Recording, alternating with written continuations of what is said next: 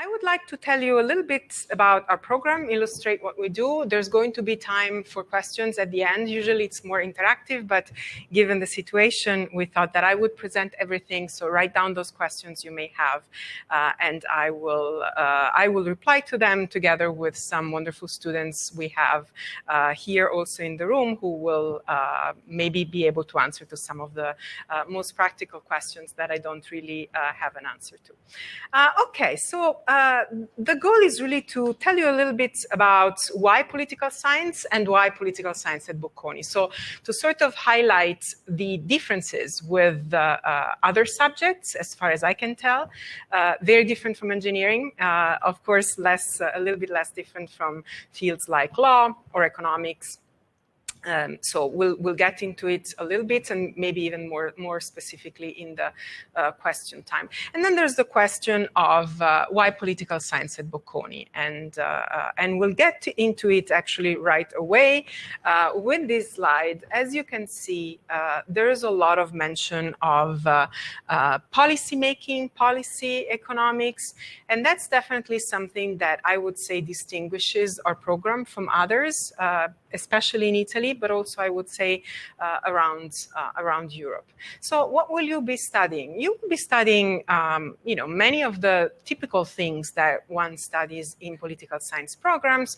So things like comparative politics, how political systems work across the world, or politics in different countries.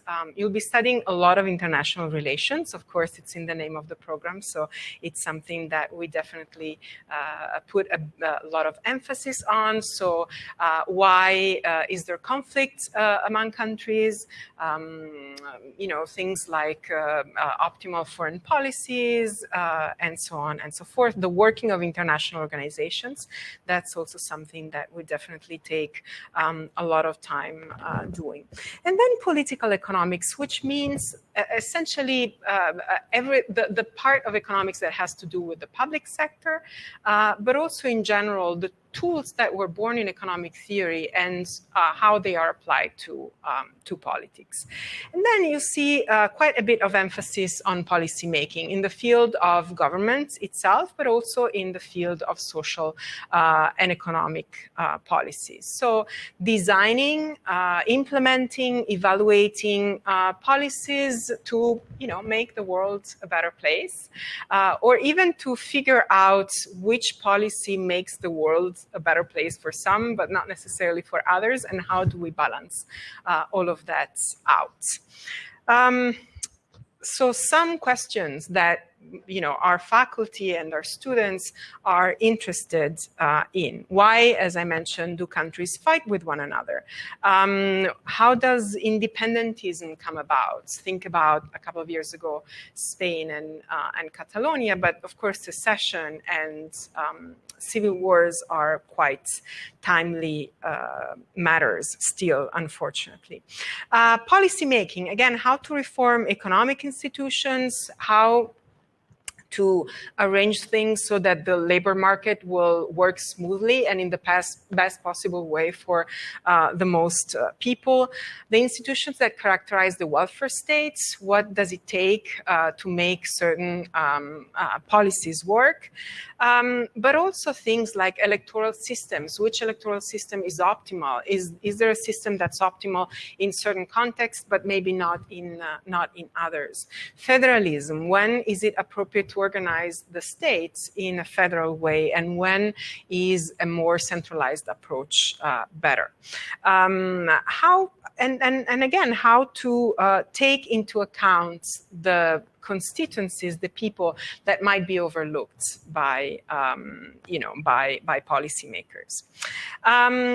Big international challenges, of course, it's not listed here, but right now, the reason you're at home and I'm here by myself talking about the program is obviously that we are in the middle of a pandemic. And while this is something that certainly has a health aspect, it certainly most definitely has a political aspect as well. And we're seeing that as soon as we turn on the TV or the radio to hear the news. But also challenges that are older but are still unsolved. Migration, we've seen the images from Lesbos. Globalization, the winners, the losers, and how to make the process more fair and more advantageous for everyone. Climate change, also an enormous challenge that is becoming more and more pressing and really becoming more and more a matter of life or death. I teach human rights, and last year I usually show the syllabus to the students and I ask them, you know, anything that you really wish were in the syllabus that is not in the syllabus.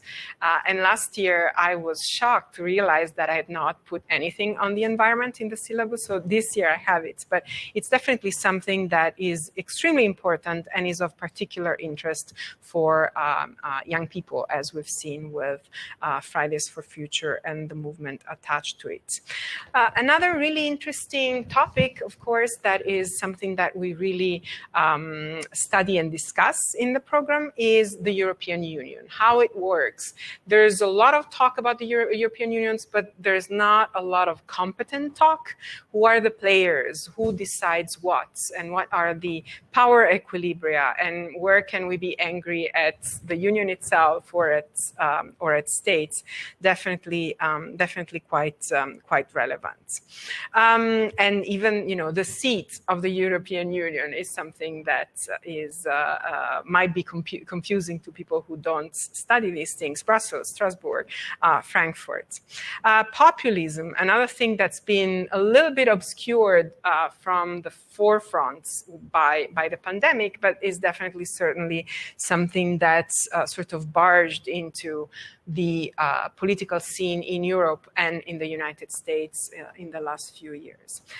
Designing an electoral campaign, how to elect politicians, which system guarantees to us that there's actually valuable people being elected in parliament. This is also another discussion that's very timely in Italy at the moment with the campaign for the referendum to reduce the number of members of parliament.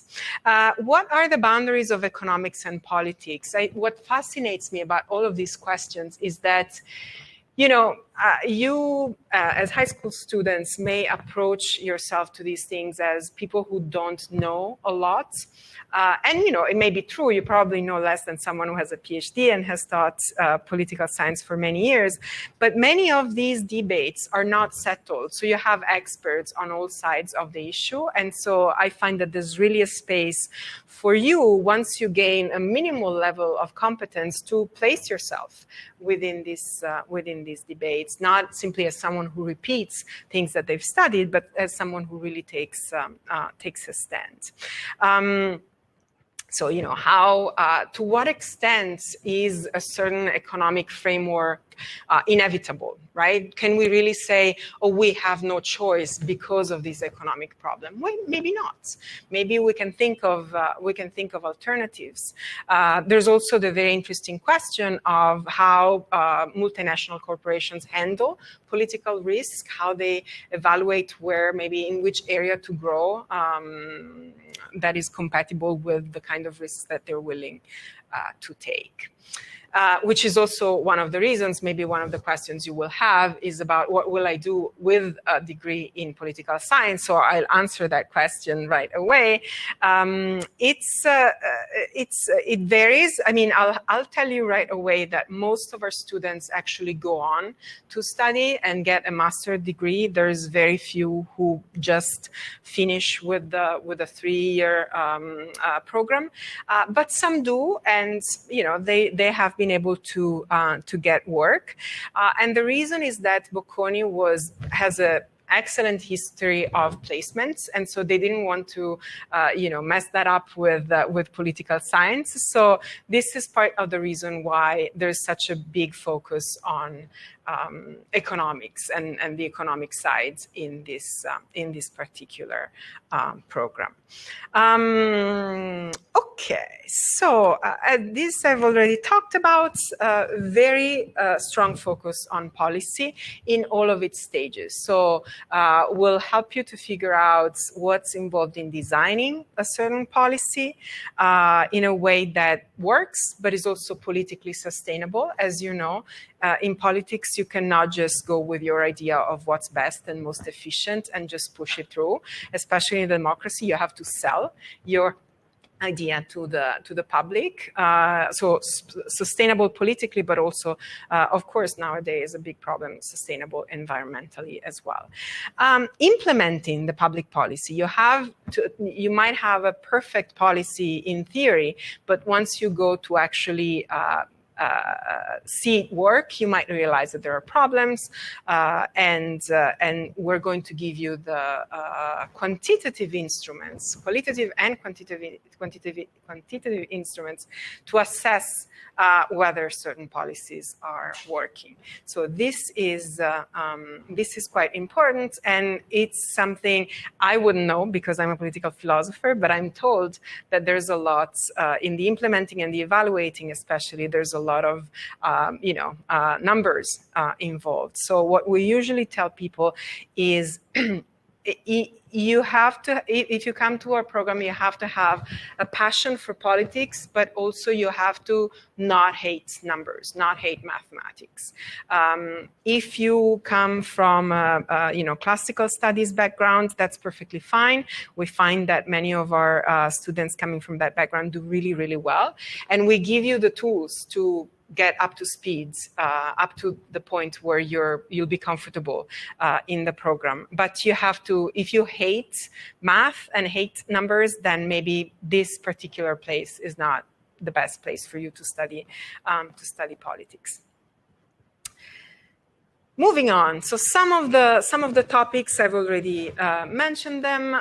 Political theory, numbers appear also in places where you might not expect to find them, such as international relations. Again, you can study international relations in a number of ways. The program where I studied was very, worked with words more than numbers. Here, no, it's a lot of numbers as well. So modeling of conflict. And again, if you don't hate it, people really get engaged and get interested in this way of studying. But you have to not be prejudiced against that.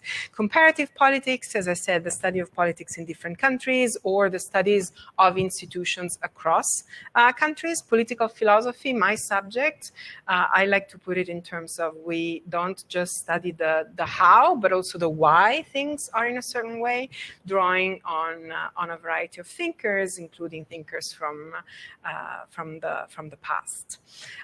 Political economics, again, strong emphasis also on economics here, economics and politics of the European Union, international relations, political communication and media. You may notice also, if you've looked at other programs, that there's maybe a little bit more of an applied component to this program, in that really the idea is to get you out of here and able to deal with the political field in its concrete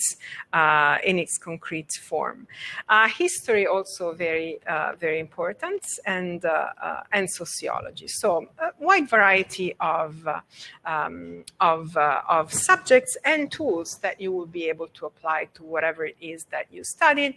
The tools of economics, paramount, I would say, math, statistics, research skills, negotiation skills, again, the ability to evaluate the policies, management, which is, should be reassuring to you if you're concerned about the future, but also your parents who may be concerned about your future. If you study political science, there's a good deal of management. So you can certainly access to a broader variety of jobs than you otherwise would in different programs, I would say, maybe. Law, of course, is an important component of political science. Foreign languages, we ask you to study at least 2 or perfect your skills in at least 2 foreign languages. They are sort of the European languages. There's opportunities also for you to study other languages outside at the language center. Although I have to say our students are really busy. Your days are going to be very full when you come here. You're going to spend in class, maybe they will be more precise, but I would say maybe at least 6 hours a day in class, and then you have to study. So there's a lot of things that you can, extracurricular activities that you can do, but I'd say you'd have to choose carefully because the program is demanding. And of course, history. I actually insisted that it be put among the tools because I think no political scientist can make sense without historical knowledge.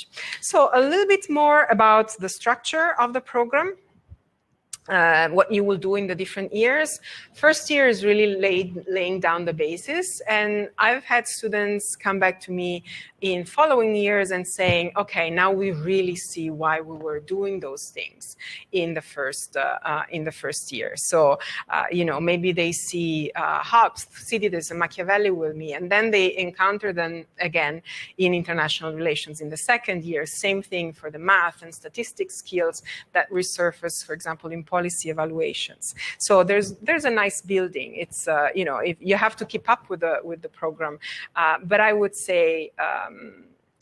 I mean, we're lucky to have very good students in the first place, but I would say also the structure of Bocconi kind of follows you. So if you do the things that the institution asks you to do and supports you to do, I would say it's you have good chances of graduating on time and things of that sort. So in the first year you have a bunch of compulsory courses. You build on your computer skills and you devote yourself to the first foreign language.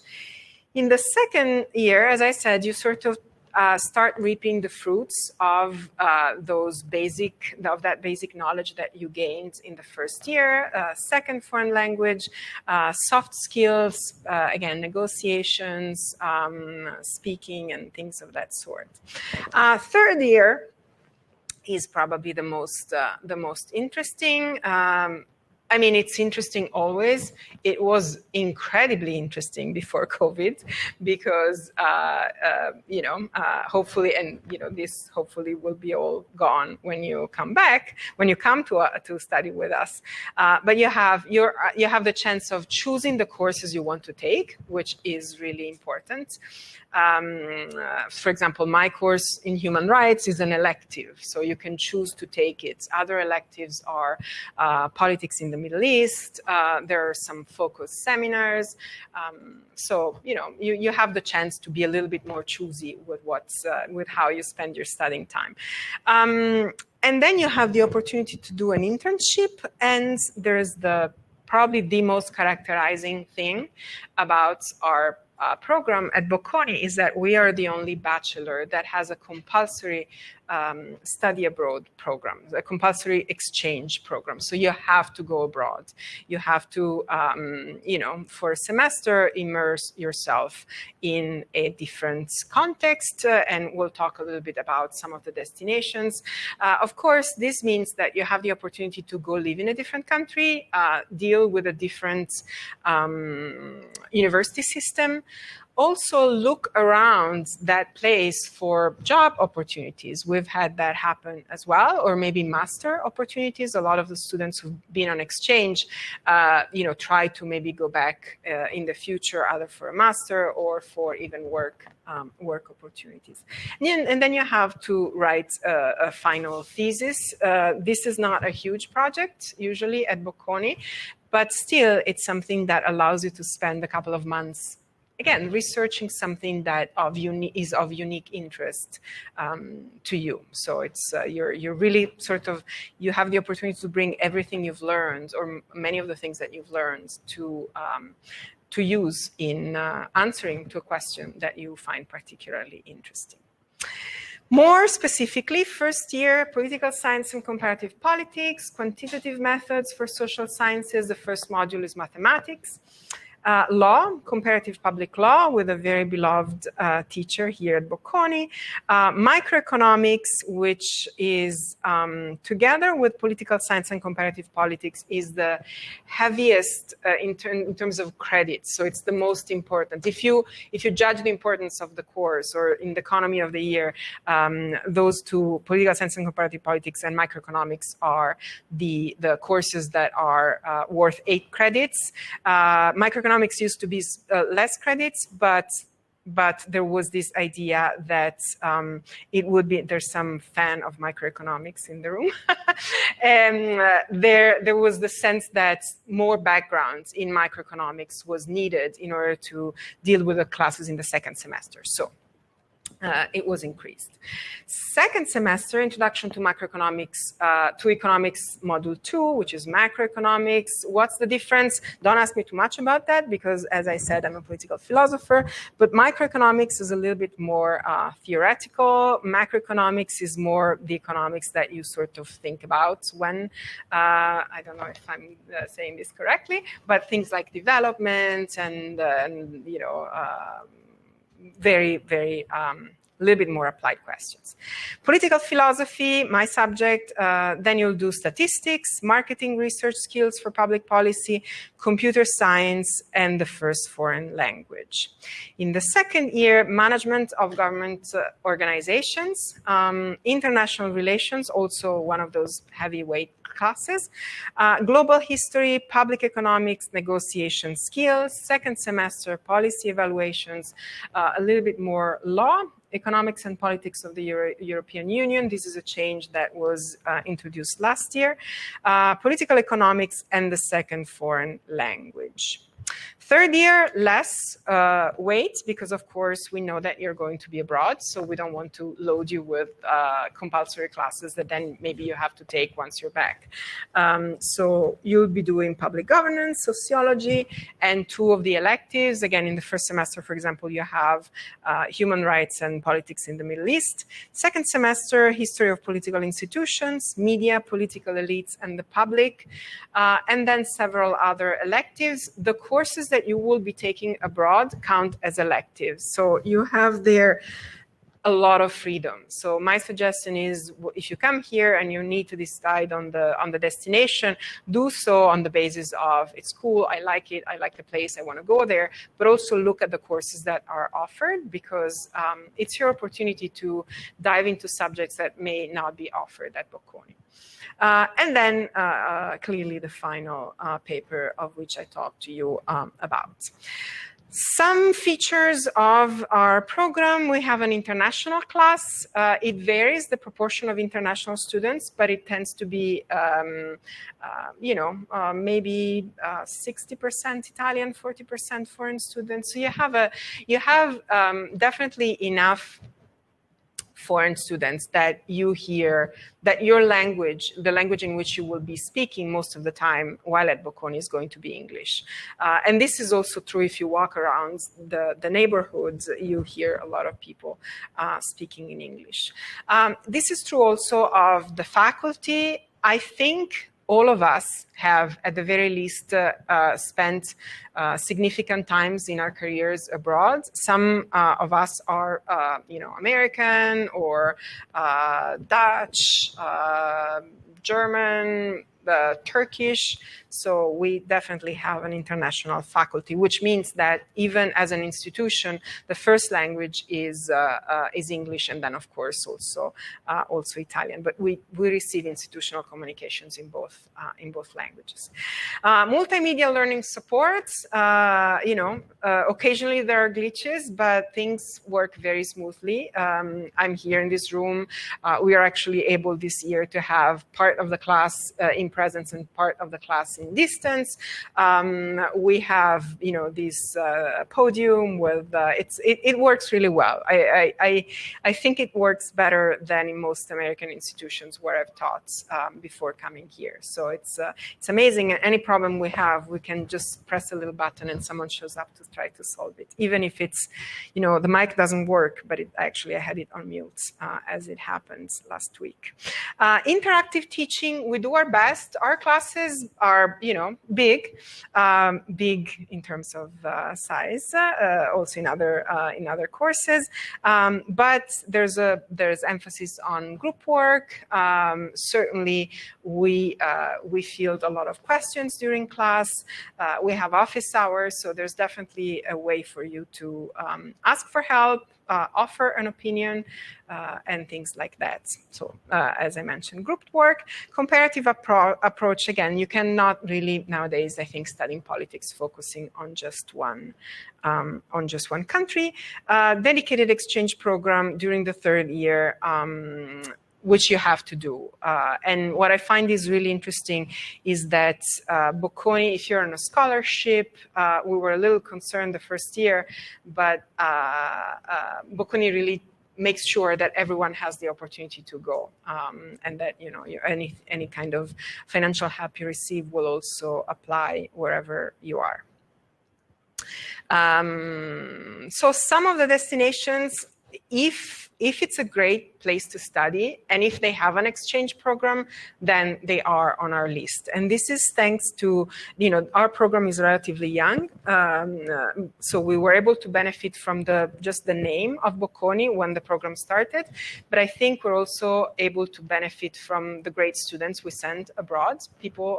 Universities are happy to have our students because they're just great students. So Scotland, Queen Mary, Exeter, Bath, Essex, University College Dublin in Ireland, in France, again, I would say the best schools.